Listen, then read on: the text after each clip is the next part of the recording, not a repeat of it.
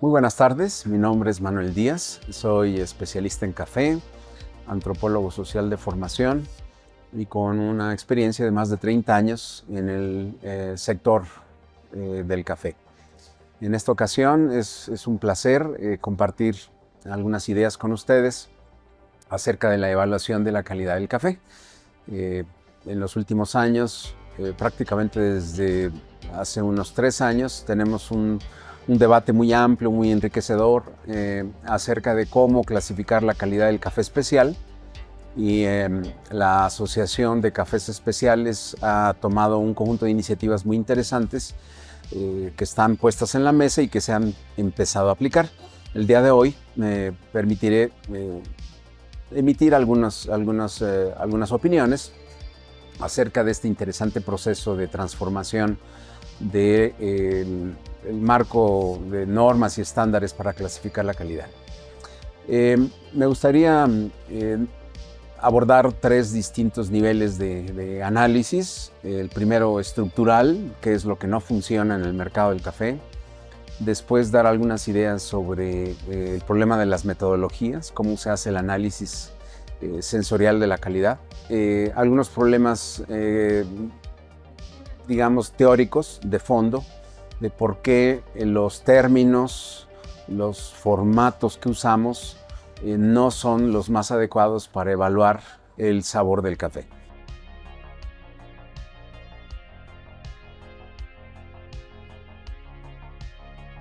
Estructuralmente tenemos un problema de fondo que venimos arrastrando pues, prácticamente desde fines del siglo XX, cuando se privatiza el mercado internacional en 1989.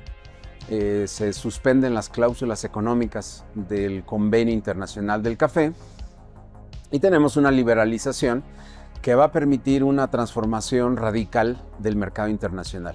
En primer lugar, va a permitir una enorme diversificación de la oferta, lo que antes era una oferta homogénea del café, ahora la tenemos clasificada en muy distintos orígenes, en muy distintas calidades, muy distintos procesos. Ha aumentado enormemente el valor generado en la industria del café.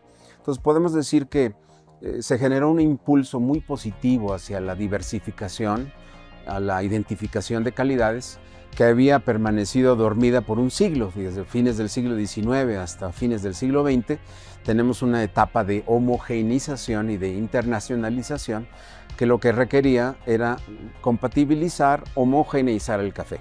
Entonces, hacia fines del siglo XX tenemos una liberalización del mercado, una apertura enorme para formar valor, para innovar, y esto va a generar una enorme oportunidad para hacer negocios, para desarrollar distintas tecnologías de transformación del café, y podemos ver que en las últimas 2 décadas tenemos un flujo de innovaciones acerca de cómo tostar, cómo extraer el café, cómo presentarlo, y todo esto ha multiplicado el valor generado. Desgraciadamente, buena parte de este valor generado se ha acumulado en los países desarrollados, los países industrializados, mientras que los países productores de café tienen acceso a una 1/4 parte del valor que antes podían atrapar, que podían generar.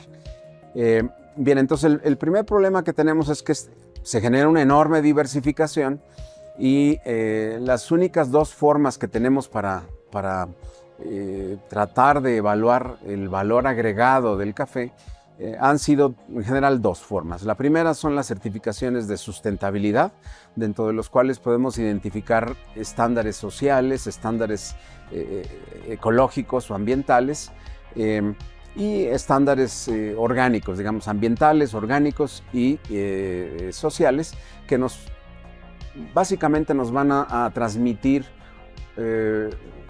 alguna información, algunos estándares de cómo se procesa el café. No nos está dando una idea de su sabor, de sus atributos intrínsecos. Podemos llamarle entonces certificaciones extrínsecas del café.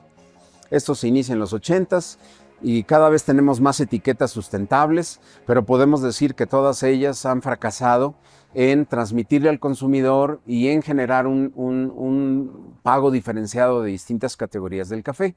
Se calcula que entre el 50 y el 75% de los cafés certificados con sellos ambientales, sociales, orgánicos o cualquier otro tipo no recibe un solo centavo de premio en su precio. Es un trabajo loable de las organizaciones involucradas en estos sellos. Es una iniciativa bastante valiosa de los productores, pero no es reconocida por el mercado por muchas razones que no viene al caso el día de hoy platicar con ustedes. El segundo gran esfuerzo por diferenciar el valor generado en estos últimos 30 años es el mercado de especialidad y los mecanismos para identificar los atributos sensoriales de este segmento que se conoce como café de especialidad. En este segmento tenemos distintas iniciativas como la competencia de cafés especiales de tasa de excelencia, algunas competencias nacionales y sobre todo la certificación de la SCA, de la Specialty Coffee Association, y la certificación Q del Coffee Quality Institute. Más o menos todos siguen una misma línea de evaluar los atributos sensoriales a partir de una metodología descriptiva, discriminativa, afectiva. Todas estas metodologías con una enorme ambigüedad metodológica, ambigüedad incluso estadística acerca del tratamiento de los datos, que no ha permitido tener un marco de referencia metodológico bien ordenado. Pero este es un tema que voy a dejar para un segundo comentario. Entonces terminemos con este primero. El problema que tenemos es un mercado donde prevalece el oportunismo, donde prevalece la desigualdad de los criterios para evaluar la calidad de un café. Un café de 88 puntos en Yirgacheffe, Etiopía, puede ser pagado a $4 la libra. Un geisha de Chiapas en México puede ser pagado a $8 la libra. Un café geisha de la Hacienda La Esmeralda en Panamá puede ser pagado a $150 la libra.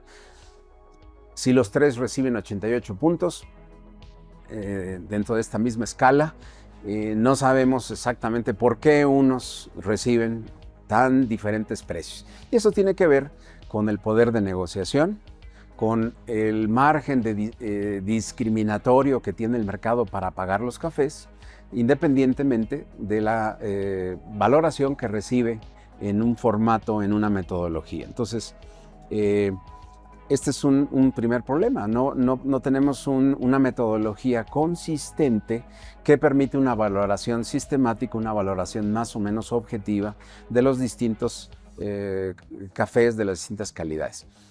Y aquí me permito recordar uno de los primeros problemas que tenemos en estas valoraciones. La escala de los 100 puntos que ha tenido ya una enorme aceptación en las distintas metodologías proviene de la industria del vino, que más o menos surgió en los años 60 en la Universidad de California, Davis, y fue una metodología que trataba de evaluar la tipicidad de un vino con respecto a la región de donde viene, qué tan representativo es un Zinfandel de la región Napa Valley, por ejemplo, o qué tan representativo es un Rioja respecto de la región Rioja. Entonces, yo evalúo a un vino respecto de los mejores vinos de la región de donde viene este vino.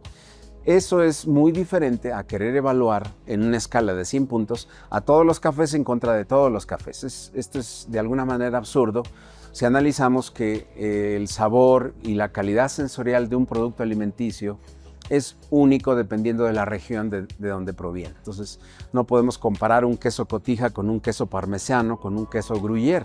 Son tres quesos muy diferentes, con atributos sensoriales únicos. Entonces, ese es el gran problema que tenemos en el café. Heredamos un poco de la mentalidad homogeneizadora que proviene de fines del siglo XIX. Entonces, necesitamos ahondar más nuestras metodologías para poder evaluar la tipicidad de un terruño, de un origen, y evaluar contra ese terruño, ese carácter único que aporta una región, a cada uno de los cafés que queremos evaluar. De otra manera, entramos en un campo minado de querer evaluar a todos los cafés contra todos los cafés. ¿Por qué un café Yirgacheffe, que es uno de los mejores cafés del mundo, evaluado por catadores Q certificados y que recibe 88 puntos, vale menos que un café Geisha de la finca Santa Cruz de Chiapas o un café de la Hacienda de las Esmeraldas en Panamá? La razón es muy sencilla, porque el mercado no paga más que $4 la libra, independientemente de qué café se trate. Es un problema de estructuras neocoloniales, es un problema de estructuras de poder, es un problema de ineficiencia institucional del gobierno etíope, es un problema de incapacidad del mercado en Etiopía para formar precios. Podemos agregar muchos otros factores, pero la realidad es que no tenemos una manera de evaluar con profundidad, con seriedad, con consistencia los distintos cafés que hay en el mundo, ¿sí? Entonces, no existe tal cosa como un precio justo, ¿sí? En el mercado, en el capitalismo, nunca va a existir un precio justo. Entonces, tenemos que llegar a un conjunto de herramientas que nos permita discernir, que nos permita profundizar cuáles son estos atributos, cuáles son estos perfiles de sabores regionales que forma la naturaleza, que forma la sociedad, que forma el trabajo acumulado del mercado del café. Y esa es exactamente la tarea que no hemos hecho. Cuando nace el mercado de especialidad en Estados Unidos a principios de los años 90, hacemos tabla rasa de toda la historia previa del mercado del café. Y empezamos de cero, decimos, aquí empezamos, esta es la tercera ola, lo demás no importa. Y eso es falso. Ya hay un conocimiento acumulado, ya hay una evaluación de perfiles regionales de sabor que fueron lentamente desarrollados en los siglos previos al descubrimiento del café por parte de los europeos. Después toda la historia de familiarización de los europeos con el café como un producto exótico, en donde se van conociendo los perfiles afrutados moca, el perfil especiado de Java, y va poco a poco desarrollándose el conocimiento de los distintos perfiles regionales del café. Entonces, cuando inicia la comoditización, la internacionalización y homogenización del café, hacemos a un lado este enorme conocimiento acumulado de los perfiles de sabor y empezamos con procesos lavados, 5 defectos secundarios, 80 puntos. Entonces, eso ha impedido retomar el hilo conductor que son los perfiles regionales de sabor. Entonces, tenemos que hacer un alto y resolver ese problema estructural de cómo poder valorar productos únicos. Eso sin tocar otros problemas más complejos como son los costos relativos de producción de cada café, las estructuras sociales, las estructuras políticas que hay en cada país y que van a imponer costos de producción, costos de transacción muy diferentes. ¿Cuánto cuesta producir un excelente café natural en Atoyac? ¿Cuánto cuesta producir un excelente café natural en Cerrado? ¿Cuánto cuesta producir un excelente café natural en Jarrar? Pues la estructura de costos es muy diferente y lo que hace el mercado del café es hacer tabla rasa y valorar todos los cafés con base en el café más barato. El mercado de especialidad no resuelve ese problema y sigue basándose en la estructura de precios formada por el commodity, por el contrato C. Esta idea de que el mercado de especialidad paga un mejor precio por los cafés es falsa. El mercado de especialidad es un mercado oportunista y dependiendo de la capacidad de negociación de los productores es el precio que se le va a pagar a los productores. Si tú quieres comprar un café de la Esmeralda, pues te enfrentas con un productor capacitado con un enorme poder de negociación. Si quieres comprar un café natural en Atoyac, vas a enfrentar a un productor débil, desorganizado, que no sabe cuál es el valor de su producto. Entonces, el mercado es por esencia un mercado oportunista. Hay excepciones. Hay gente con una enorme estándar moral que quiere contribuir a mejorar las condiciones de vida de los productores, pero esas son excepciones. La regla que funciona todos los días es el comportamiento oportunista del mercado de todos los segmentos, el de especialidad, el de certificados, el de commodity. Todos los mercados operan con base en esta regla. El segundo comentario que me gustaría hacer es el de la metodología. Para evaluar los atributos sensoriales del café tenemos varias metodologías, fundamentalmente el análisis descriptivo, el análisis discriminativo y el análisis afectivo, entre otras herramientas. Cuando se inician en los años 90 todo el mercado de especialidad, se hace un híbrido pues bastante inconsistente, donde se mezclan los tres métodos. Un avance que logró en 2021 la SCA es dividir esos tres métodos y tratar de enfocarse en el análisis descriptivo con base en un lexicon desarrollado por el World Coffee Research y la SCA, que permite proponer un lenguaje común. El problema es que en distintas regiones tenemos términos muy diferentes. Los chinos tienen sus términos, los hindús tienen sus términos, los mexicanos tenemos unos términos, y el léxico que nos propone el SCA es un léxico basado en la tradición anglosajona, que no es lo que intuitivamente podemos desarrollar. Pero hagamos a un lado esa parte. El grave problema es que independientemente de que se logra acertadamente enfocarse en el análisis descriptivo, no se resuelve el problema del análisis discriminativo, que es la evaluación de los defectos, la cuantificación, digamos, de las inconsistencias de proceso que tienen un papel en la evaluación de la calidad en el mercado.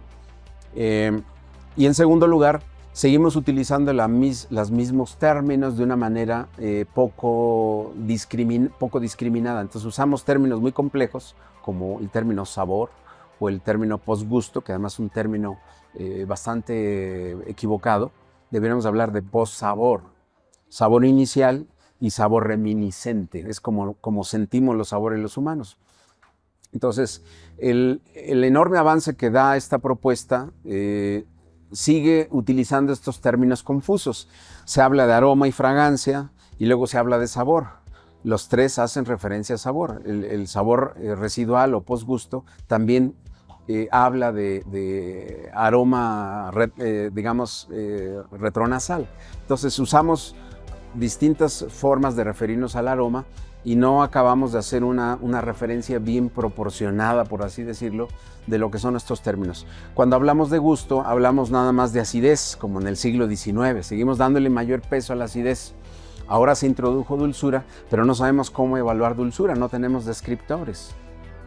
Entonces seguimos sin hacer una evaluación compleja del gusto, que es muy importante. Tendemos a subvaluar la importancia del gusto, que es no solamente ácido y dulce, sino también amargo. La característica esencial del café es la amargura, y la amargura es el gusto más potente, el cual deberíamos de evaluar. La diferencia entre un café bueno y uno malo, por decirlo de manera simplista, está en cómo se modula lo amargo. No hay café no amargo. El café de alta calidad es un café donde lo amargo se modula de una manera exquisita, como chocolate, como especias, como frutos de bosque. Entonces, en el nuevo formato, seguimos utilizando la vieja manera de referirnos al gusto, haciendo énfasis en la acidez, que es una vieja herencia del siglo XIX. Los buenos cafés son los cafés lavados tipo colombiano con enorme acidez. Entonces, seguimos arrastrando estas inconsistencias. No hablamos de umami, que es una dimensión del gusto muy importante, que antes pensábamos que no existía en el café. Pues sí existe una enorme cantidad de aminoácidos libres y a través de las fermentaciones podemos tener precursores de sabor o de gusto umami. Entonces no evaluamos consistentemente el gusto, no evaluamos consistentemente el aroma, que es un componente del sabor, y no evaluamos las percepciones trigeminales de una manera completa. Apenas seguimos haciendo referencia al mouthfeel o cuerpo, pero no hablamos consistentemente de textura, no tenemos descriptores consistentes. Entonces, el sabor debe descomponerse de acuerdo a la ciencia sensorial moderna, a la ciencia neurológica, en tres fracciones: aroma, gusto y sensaciones trigeminales, que es temperatura, cuerpo, textura y sensación especiada o quemestesis. En ninguno de los formatos tenemos un fraccionamiento adecuado de estos tres compuestos. Entonces, el formato actual del SCA sigue repitiendo la vieja referencia a estos tres compuestos, y utilizando el término sabor de una manera compleja. Entonces, el término sabor, el término posgusto son muy complejos, que deberían de usarse al final de la evaluación. Entonces, primero descomponer el aroma, después descomponer el gusto, después componer las sensaciones trigeminales y al final concluir en qué perfil de sabor nos está entregando este café. ¿Cuál es su tipicidad respecto a su origen? Y entonces concluir con términos complejos como sabor, posgusto o perfil de sabor.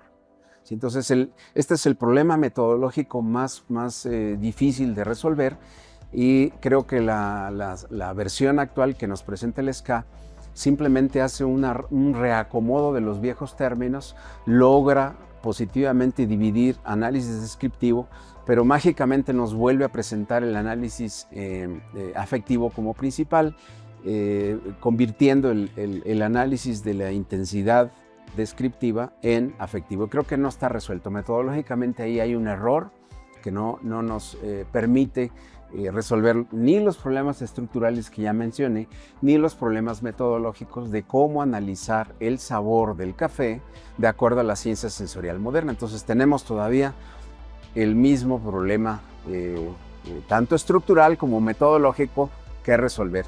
Y creo que con esto les comparto una idea de la enorme tarea que todavía tenemos para llegar a una resolución mucho más adecuada, que va a tener que ver con hacer léxicons regionales para profundizar en los perfiles de sabor que mejor pueden describir quienes conviven con estos cafés todos los días desde hace siglos. ¿Quién puede describir mejor el café de Yemen que los yemeníes? ¿Quién puede describir mejor el café etíope que los etíopes? ¿Sí? Entonces, tenemos que descolonizar los léxicons para poder profundizar en la descripción de estos perfiles regionales y después compartir un lenguaje común, ¿sí? Y no al revés, como se ha venido proponiendo, que es enseñar un léxico común y ya luego tú te las arreglas con tu lengua y con tus tradiciones de descripción de tu sabor regional, ¿no? Lo que tenemos que hablar es el lenguaje común. No funciona así. Primero tiene precedente la lengua propia, el conocimiento profundo propio y después entendernos entre los distintos agentes del mercado. Entonces, bueno, espero que esto sea de su interés.